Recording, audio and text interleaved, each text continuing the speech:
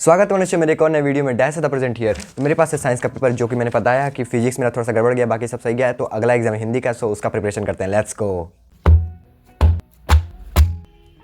तो मनुष्य मैंने सारे हिंदी की बुक्स एंड कॉपीज यहाँ पे लाके रख दिए हैं एंड अब चलते हैं हिंदी ग्रामर याद करने, क्योंकि हिंदी ग्रामर ही मेरा मेन है। क्योंकि हिंदी लिटरेचर मुझे याद है, बस एक बार रिवाइज करने पे आ जाएगा and you can also do it because Hindi grammar he main होता है भाई, वही आगे तक साथ भी देगा। क्योंकि लिटरेचर में बस कहानियाँ होती हैं एंड हिंदी ग्रामर में जो रूल्स बताए जाते हैं वो लिटरेचर्स में यूज हुए रहते हैं। तो Hindi grammar is the foremost requirement. But आपको ये नहीं करना है, आपको वो करना है जिसमें सबसे ज़्यादा सिलेबस हो। पहले सबसे ज़्यादा सिलेबस वाले को कवर कर लेना, फिर कम वाले को कवर करना है। अगर ग्रामर में सबसे ज़्यादा सिलेबस हो पहले ग्रामर को कवर कर लो, अगर लिटरेचर में सबसे ज़्यादा सिलेबस हो तो सबसे पहले लिटरेचर कवर लो एंड फिर उसके बाद ही अगला पे बढ़ो। सो हम लोग पहले ग्रामर कंप्लीट करते हैं।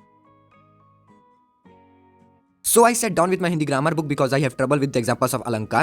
They are written in such a style that it's hard to understand what's even going on. So this time I have decided that no matter what, I will master Alankar. I won't leave a single doubt unresolved. And my literature is already prepared because it's just stories and each one is printed in my mind. I just need to revise them once. My main focus is on Hindi grammar because the only tricky part is Alankar.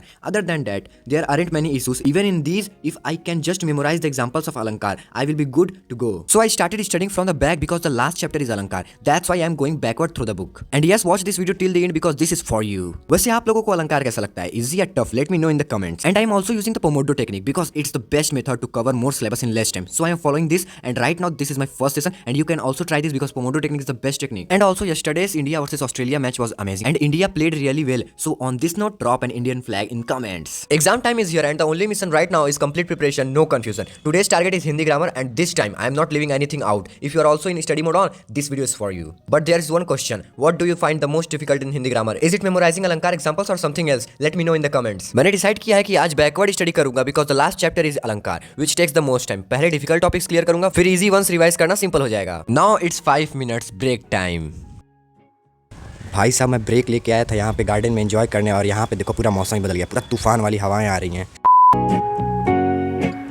After break I started my second session and in this session मच्छरों ने मुझे इतना काटा कि मुझे भाई पढ़ाई छोड़ के भागना पड़ा अपने गार्डन में. लिटरली मनुष्य मैं इग्नोर करके थक गया बट मच्छरों ने मुझे काटना बंद नहीं किया और मुझे फाइनली गार्डन में जाना ही पड़ा. एंड अगर आपके साथ ऐसा कभी कुछ हुआ है तो जल्दी इस कमेंट में बता दो. तो मनुष्य अब हम आ चुके हैं अपने गार्डन में मार्शल आर्ट्स और नंचक्स की प्रैक्टिस करने.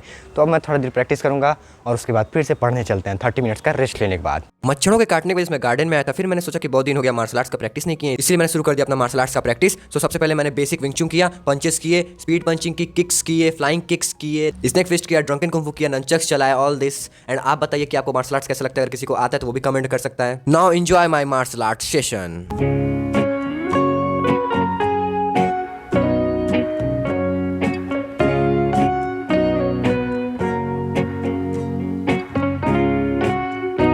तो मनुष्य मैंने फाइनली मार्शल आर्ट्स और नंचक्स की प्रैक्टिस कर ली है. अब मैं 30 मिनट्स का रेस्ट लूंगा, उसके बाद मैं चला जाऊंगा पढ़ाई करने. 2000 years later. After 30 minutes of rest, I sat down to my study table to start my third session and this time I am not using Pomodoro technique because time बहुत कम है और इस बार डायरेक्ट मैंने टाइमर लगा के start किया है. And this time not just studying, smart study करनी है. That's why I am using Pomodoro technique. 25 minute study, 5 minute break. This technique helps maintain focus and speeds up syllabus coverage. But one big problem during study sessions, distraction. Just one notification and suddenly 30 minutes are gone in scrolling reels. But today, no distractions. Whenever I face a tough topic, I use a simple trick: write and learn. Writing helps me remember things better. Exam time means focus, not stress. One subject at a time and confidence will keep growing. The key is consistency.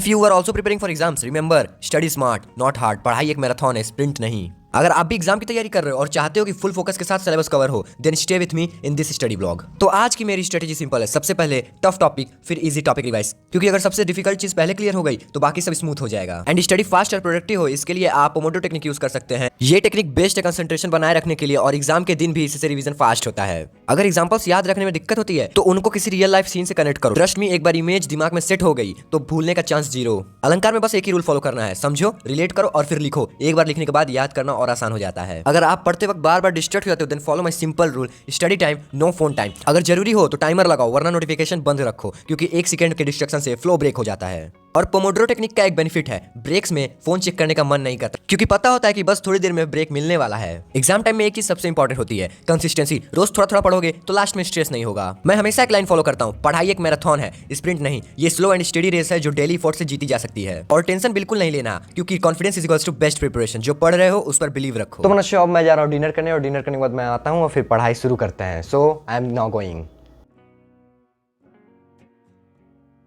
अब dinner करके वापस आ चुका हूँ और एक fresh energy के साथ फिर से पढ़ाई कंटिन्यू कर रहा हूँ। आज काफी प्रोडक्टिव फील हो रहा है, लेकिन अभी भी थोड़ा सिलेबस बचा है। So now I am coming in my fast mode because time बहुत कम बचा है। वैसे डिनर के बाद थोड़ा लेजी फील होता है, बट मोटिवेशन हाई रखनी है। तुम लोग भी अगर लेट नाइट स्टडी कर रहे हो तो बताओ कमेंट्स में कि कैसे फोकस मेंटेन करते हो। अब बिना टाइम वेस्ट किए वापस चलते हैं अपनी तैयारी की तरफ। Let's go.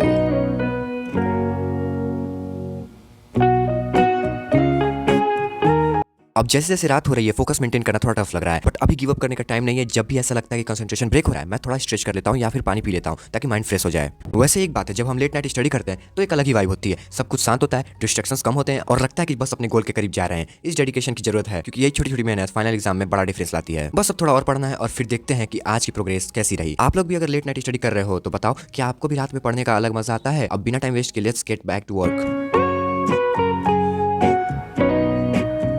तो फाइनली मनुष्य अभी हो रहे हैं रात के 10:25 PM और अब मैं जा रहा हूँ सोने क्योंकि मेरा अच्छी कंप्लीट हो चुका है एंड हिंदी ग्रामर भी। बस कृतिका याद करना, वो सुबह याद करेंगे। Good night.